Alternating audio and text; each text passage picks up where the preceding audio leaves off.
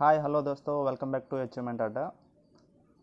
ఈరోజు మనం ఆల్రెడీ ఒక వీడియో చేసాం. ఏంటంటే ఆర్పిఎఫ్ నోటిఫికేషన్ అనేది రిలీజ్ అయింది. దాని మీద మనం ఆల్రెడీ ఒక వీడియో చేసి పెట్టుకున్నాం. అయితే ఆల్రెడీ మీకు చెప్పాను ఓన్లీ ఫిజికల్ మీద ఒక వీడియో చేసి పెడతానని.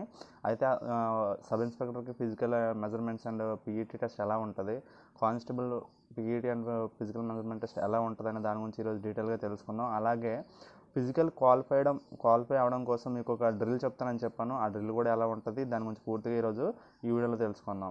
అన్నిటికన్నా ముందు ఎవరైతే మా ఛానల్ కొత్తగా వచ్చి విజిట్ చేశారో వాళ్ళందరూ ఫస్ట్ సబ్స్క్రైబ్ చేసుకోండి. దాని ద్వారా మేము చేసే నెక్స్ట్ వీడియోస్ అనేవి మీకు షో చేస్తాయి అన్నమాట నోటిఫికేషన్ ద్వారా. ఓకే, ఫస్ట్ ఈరోజు వీడియోలోకి వెళ్ళిపోదాం. ఏంటంటే ఫస్ట్ సబ్ ఇన్స్పెక్టర్ నోటిఫికేషన్లో ఫిజికల్ ఎలా ఉంటాయి, మెజర్మెంట్స్ ఎలా ఉంటాయి దాని గురించి తెలుసుకుంటే,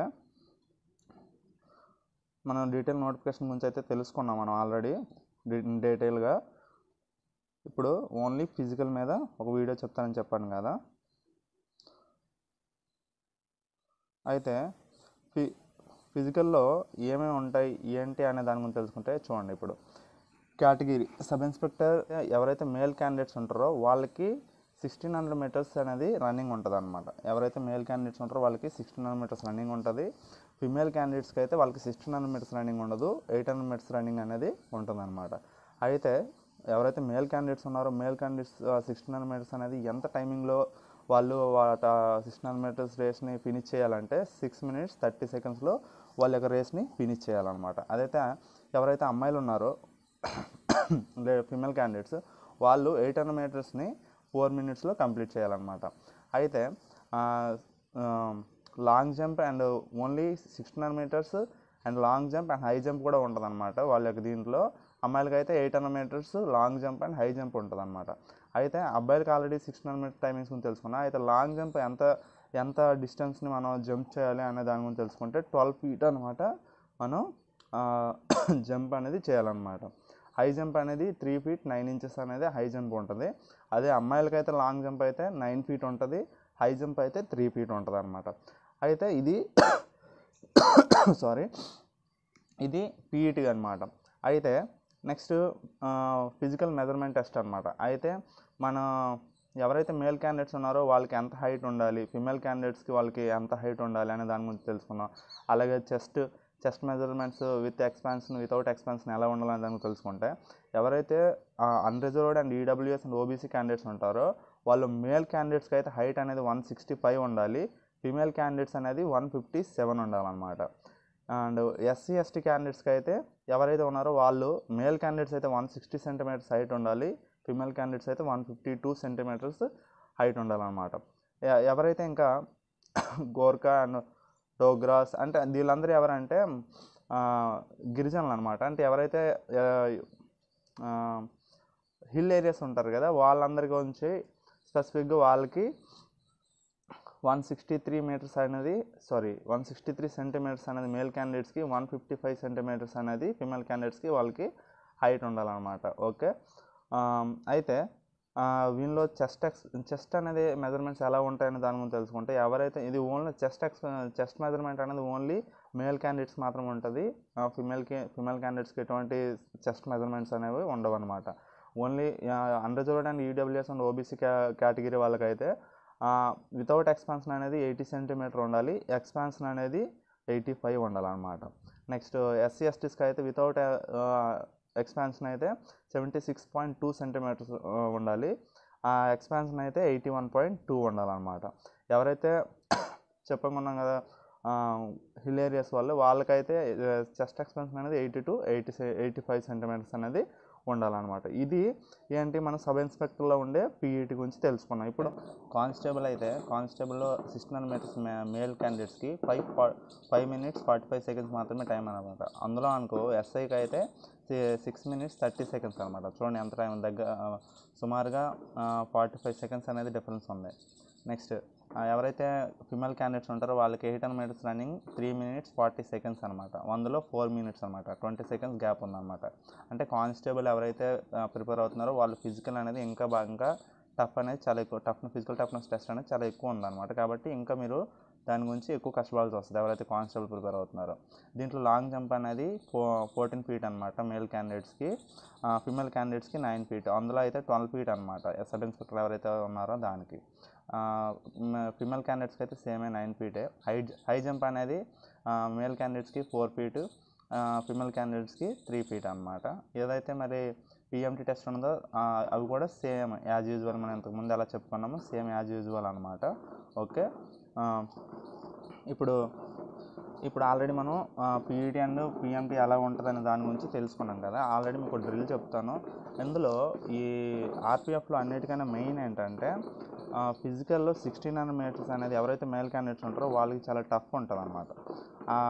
ఫిజికల్లో 1600 మీటర్స్ అనేది ఎలా మీరు అచీవ్ అవ్వాలి అనే దాని గురించి ఒక వీక్లీ డ్రిల్ మీ గురించి చెప్తాను. మీరు ఖచ్చితంగా వీక్లీ డ్రిల్ ఫాలో అవ్వగలిగితే, డెడికేటెడ్గా ఫాలో అవ్వగలిగితే మీరు ఖచ్చితంగా RPF sub inspector and constable notification ఖచ్చితంగా మీరు ఫిజికల్ క్వాలిఫై అవుతారు అనమాట.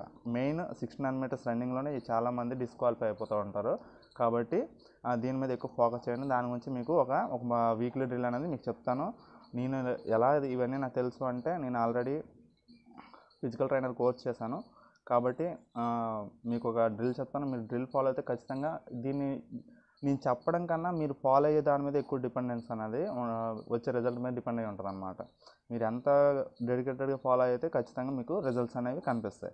అయితే వీక్లీ డ్రిల్ అనేది 1600 మీటర్స్ మనం ఇప్పుడు 1600 మీటర్స్ అనగానే అందరూ ఏం చేస్తారంటే డైలీ 1600 మీటర్స్ రన్నింగ్ చేస్తూ ఉంటారు. అలా డైలీ 1600 మీటర్స్ రన్నింగ్ చేయడం వల్ల ఎవరికి కూడా ఎటువంటి టైమింగ్ అనేది ఇంప్రూవ్ అవ్వదు అనమాట. టైమింగ్ ఇంప్రూవ్ అవ్వాలంటే అలా చేయకూడదు, డ్రిల్ చేయాలి. డ్రిల్ చేస్తే మాత్రమే టైమింగ్స్ అనేది ఇంప్రూవ్ అవ్వడానికి ఎక్కువ ఛాన్స్ ఉంటుంది అనమాట. ఓకే, అయితే ఫస్ట్ వీక్లీ డ్రిల్లో first Monday, for suppose Monday start చేసాం అనుకోండి. మండే ప్రతిరోజు కూడా 1600 మీటర్స్ అనేది వామప్గా చేయాలన్నమాట. జస్ట్ నార్మల్గా 1600 మీటర్స్ వామప్ చేసుకోవాలి.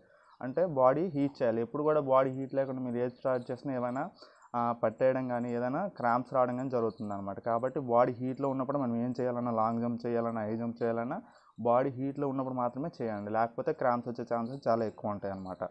అయితే ఫస్ట్ మండే మనం 1600 మీటర్స్ వామప్ చేస్తారు. నార్మల్గా 1600 మీటర్స్ రన్నింగ్ చేస్తారు. తర్వాత 100 మీటర్స్ అనేవి స్ప్రింట్స్ అనేవి ప్రాక్టీస్ చేయాలి.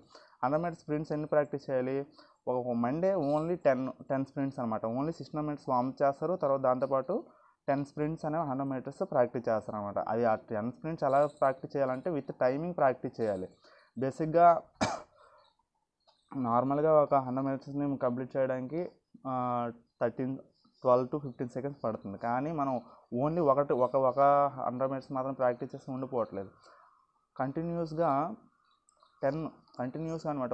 ఒక 100 మీటర్స్ కంప్లీట్ చేశారు, మళ్ళీ తర్వాత మళ్ళీ 100 మీటర్స్ స్టార్ట్ చేయాలి. కాబట్టి ప్రతి దానికి కూడా ప్రతి ల్యాబ్స్ కూడా 20 సెకండ్స్ కన్నా తక్కువ రాకుండా చూసుకోవాలన్నమాట. మీరు టైమింగ్ పెట్టి ప్రాక్టీస్ చేయాలి ఎప్పుడైనా సరే.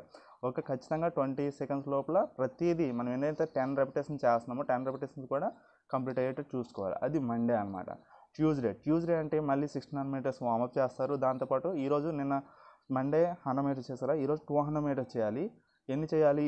8 చేయాలన్నమాట. అది ఆ టైమింగ్స్ ఎలా ఉండాలంటే ఈ 200 మీటర్స్ అనేది నార్మల్గా కంప్లీట్ చేయడానికి 25 to 30 సెకండ్స్ మధ్యలో పడుతుంది. కానీ మనం ఓన్లీ ఒకటి మొత్తం ఎఫర్ట్ అని చేయలేం కదా. మొత్తం 8 సార్లు మనం ప్రాక్టీస్ చేయాల్సి వస్తుంది 200 మీటర్స్ అనేది. కాబట్టి ఎఫిషియెంట్గా మనం ప్రతిదీ ల్యాబ్స్ అనేది ఈక్వల్గా ఉండాలన్నమాట. కాబట్టి 40 సెకండ్స్ టైం అనేది మినిమం అనమాట.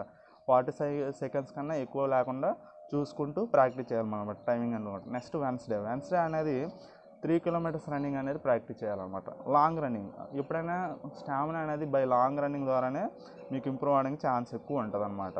నెక్స్ట్ థర్స్డే అంటే 1600 మీటర్స్ మళ్ళీ యాజ్ యూజువల్ 1600 మీటర్స్ అనేది రన్నింగ్ చేస్తారు, వామప్ చేస్తారు. ఆ తర్వాత 400 మీటర్స్ ఉంటాయి కదా, 400 మీటర్స్ ల్యాబ్స్ అనేవి 4 సెట్లు ప్రాక్టీస్ చేయాలన్నమాట. 400 మీటర్స్ అనేవి 4 చేయాలి. విత్ టైమింగ్ ఎలా ఉండాలంటే 1.20 సెకండ్స్ అనమాట.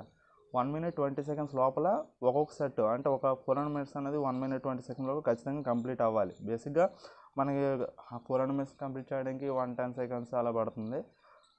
ఎలాగలేదా 120 సెకండ్స్ కాకపోతే అంతకన్నా ఎక్కువైతే 130 సెకండ్స్ కన్నా తక్కువగానే ఉండేటట్టు చూసుకోవాలి. అంతకన్నా ఎక్కువ అయితే మరి దానివల్ల ఎటువంటి యూజ్ ఉండదు. కాబట్టి ఎక్కువ ఎఫర్ట్స్ పెట్టి ప్రాక్టీస్ చేయండి. ఓకే, నెక్స్ట్ ఫ్రైడే అనేది ఎలా చేయాలంటే 5 km రన్ అనేది 5 km రన్ ప్రాక్టీస్ చేయాలన్నమాట. వీక్లీ వన్స్ ఒక లాంగ్ రన్ అనేది ప్రాక్టీస్ చేయడం చాలా చాలా ఇంపార్టెంట్ అనమాట. నెక్స్ట్ సాటర్డే ఏం చేయాలి? టెస్ట్. అంటే ఈ వీక్లీ అంతా ప్రాక్టీస్ చేసాం కదా, సాటర్డే అనేది మనం ఓన్లీ ఒక టెస్ట్ 1600 మీటర్స్ రన్ మాత్రమే చేయాలి.